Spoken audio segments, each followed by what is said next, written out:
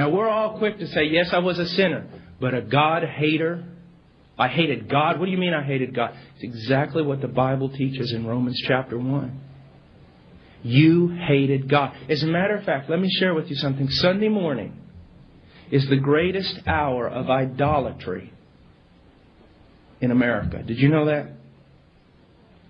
Now, people always come to me when I say, you hated God. And they'll say, no, I didn't. I'll say, yes, you did. No, I didn't. I loved God. No, you didn't. What do you mean I didn't love God? I loved God. No, you didn't love God. You loved a figment of your own imagination.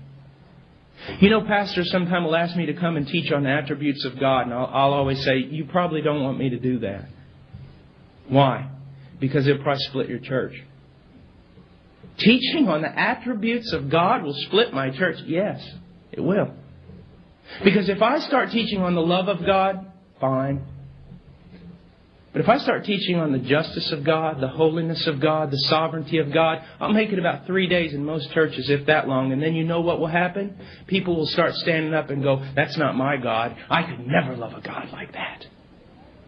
That's why people all over America today are sitting in churches and they are committing idolatry because they are not singing to the God of the Bible. They are singing to a God they made with their own minds that looks more like Santa Claus than he does Yahweh. Amen.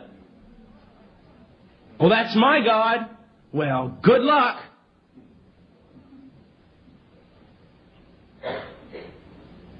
I'll never forget Richard Owen Roberts preaching in a conference that I preached in the following year, and they were telling me all kinds of stories about him and everything. I personally never met the man. But I hope this is not an urban legend, but they said he was preaching somewhere, and he mentioned that AIDS was the judgment of God. And some lady got so angry she couldn't see straight, and she stood up and she said, AIDS is not the judgment of God. And he said, ma'am, what is your proof? And she said, because little babies die of AIDS. And therefore AIDS is not the judgment of God.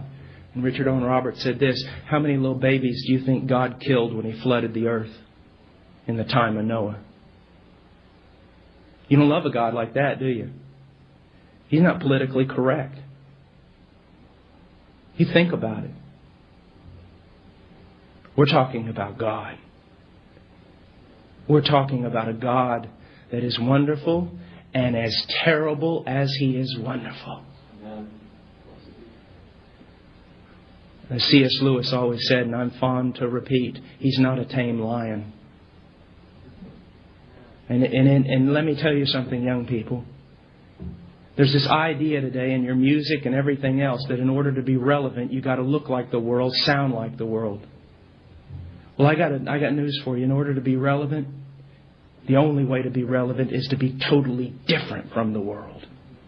And totally different from most contemporary Christian musicians, and totally different from all these Christian idols that are springing up.